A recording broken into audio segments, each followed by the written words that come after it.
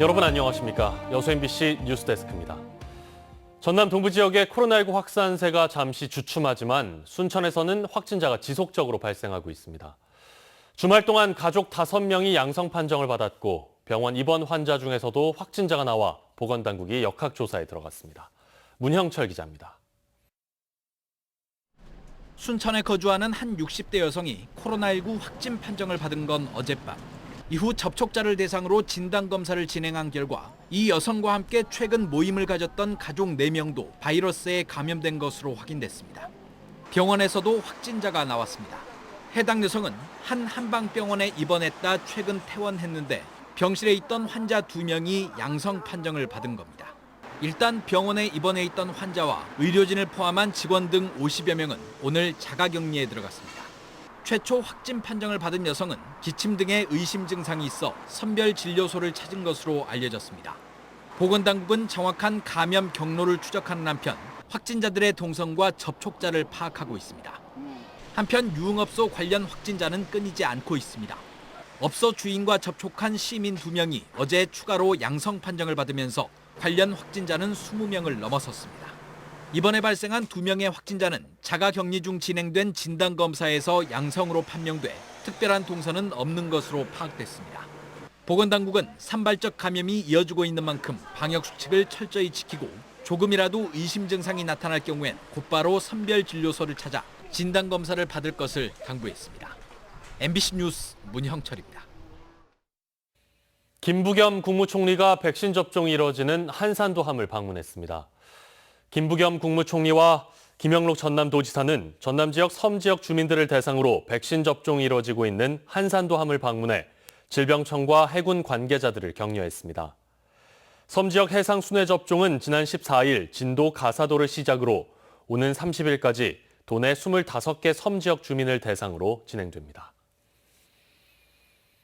전남 동부권에 토익 시험 고사장이 마련되지 않아 수험생들이 2시간 거리를 이동해 시험을 봐야 할 처지에 놓였습니다. 시간도 많이 들고 교통비에 식비까지 돈도 많이 듭니다. 강서영 기자가 취재했습니다. 여수에서 회계사 시험을 준비하는 김무현 씨. 이달 초 토익 시험을 접수하려던 김 씨는 황당함을 감출 수 없었습니다. 6월과 7월 치러지는 토익 시험 중에서 여수와 순천 등 전남 동부권에 마련된 고사장이 단 한 곳도 없다는 걸 알았기 때문입니다. 김 씨는 1시간 40여 분 떨어진 광주로 이동해 원정 토익 시험을 치러야 하는 상황에 놓였습니다. 광주에 가는데 왔다 갔다가 4만 원이요. 전날에 가야 되니까 거기서 자야 되잖아요.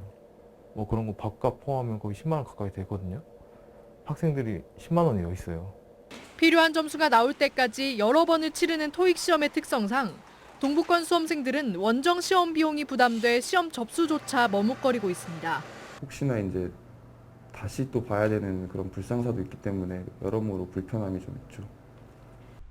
전라남도 교육청은 학교들이 코로나를 이유로 고사장 개방을 꺼리는 것 같다며 교육청 차원에서 토익 시험을 이유로 학교 개방을 요구할 수는 없다고 밝혔습니다. 취재가 시작되자 고사장을 알아보고 있다는 답변만을 되풀이하던 YBM 토익위원회 측은 시험 열흘 전인 지난 17일에서야 뒤늦게 순천의 한 곳에 고사장을 추가했습니다. 그러나 나머지 시험에서는 여전히 고사장이 마련되지 않은 상황입니다. 김 씨는 전남 동부권에 거주한다는 이유만으로 취업과 시험의 기회에서 차별당하고 싶지 않다고 호소했습니다.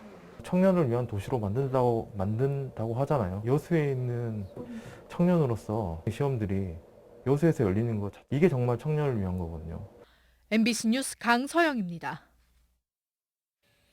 광주의 고등학생들이 학동 재개발 사업 과정에서 벌어진 붕괴 참사에 대해 엄정한 조사와 방지 대책을 촉구했습니다. 광주 고교학생회는 과도한 개발주의와 무리한 비용 절감 시도가 이번 참사의 직간접적인 원인이 됐다며 사고와 관련한 모든 의혹과 원인을 투명하게 밝히라고 주장했습니다. 또 학생들이 주변의 위협으로부터 안전한 생활을 영위할 수 있도록 구체적인 대책을 마련해야 한다고 요구했습니다. 최근 5년간 아파트 화재로 인해 도내에서 30여 명의 사상자가 발생한 것으로 나타났습니다. 전남 소방본부에 따르면 2016년부터 지난해까지 도내 아파트 단지에서 530여 건의 화재가 발생했으며 이로 인해 8명이 숨지고 29명이 부상을 입었습니다. 또 화재로 인한 재산 피해액은 15억 1,400여만 원으로 집계됐습니다.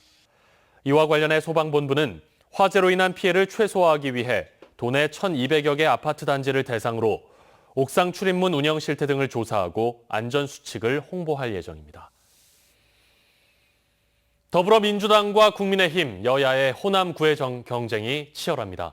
특히 국민의힘이 아주 공격적인데요. 위기감을 느낀 민주당은 내일 광주 전남에서 예산정책협의회를 열기로 했습니다. 윤근수 기자입니다.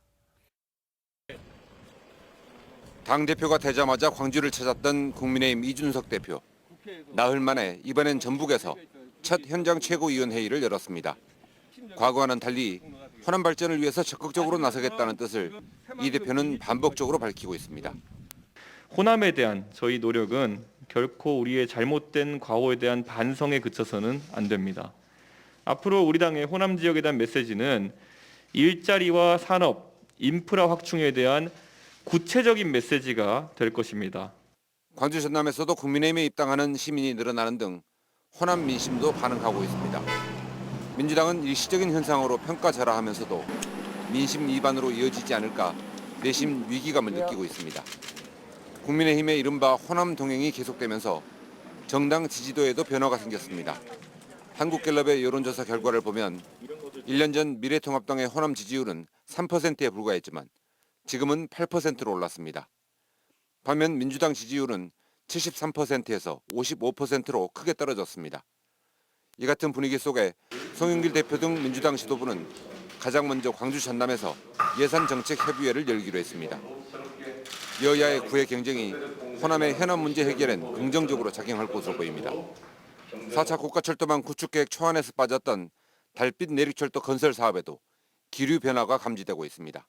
청와대에서도 많은 신경들을 쓰고 있어서 기재부와 국토부 등등이 함께 논의하는 걸로 알고 있습니다. 국민의힘이 호남의 마음을 열 수 있을지, 민주당은 심장부를 지킬 수 있을지, 내년 대선과 지방선거를 앞두고 여야의 민심잡기 경쟁은 한층 더 뜨거워질 것으로 보입니다. MBC 뉴스 윤문수입니다. 여수 광양항의 효율적인 선박 입출항 관리를 위해 새로운 시스템이 구축됩니다. 전라남도는 과학기술정보통신부 공모사업에 선정됨에 따라 올 연말까지 빅데이터와 인공지능 기술을 활용한 새로운 선박 입출항 시스템을 개발할 예정이라고 밝혔습니다. 해당 시스템은 선박의 위치와 스케줄 정보를 바탕으로 최적의 운항 경로와 최단 대기 시간 등을 파악할 수 있는 기술로 체선율 감소와 운영비 절감에 도움이 될 것으로 예상됩니다. 전남의 수출기업과 중국 장시성이 MOU를 체결했습니다. 전라남도와 전남 중소기업진흥원은 중국 장시성과 온라인 경제무역 상담회를 벌여 도내 수출기업 10개사와 중국 현지 바이어 간에 130만 달러 규모의 MOU를 체결했다고 밝혔습니다. 전남도는 또 오는 7월 베이징, 상하이 지역을 대상으로 비대면 시장 개척단을 파견할 예정입니다. 여수시가 최근 시사회에서 공개한 6번째 자체 제작 웹드라마 윤슬이 하루 만에 유튜브 조회수 4만을 돌파했습니다. 여수시는 최근 관내 주요 관광지에서 촬영 제작한 5부작 웹드라마 윤술 시사회를 갖고 곧바로 공개했는데 하루 만에 유튜브 조회수가 4만 건을 넘었다고 밝혔습니다. 여수시는 지금까지 6차례 자체 제작한 웹드라마가 주요 관광지의 이미지를 높이고 있다고 밝혔습니다.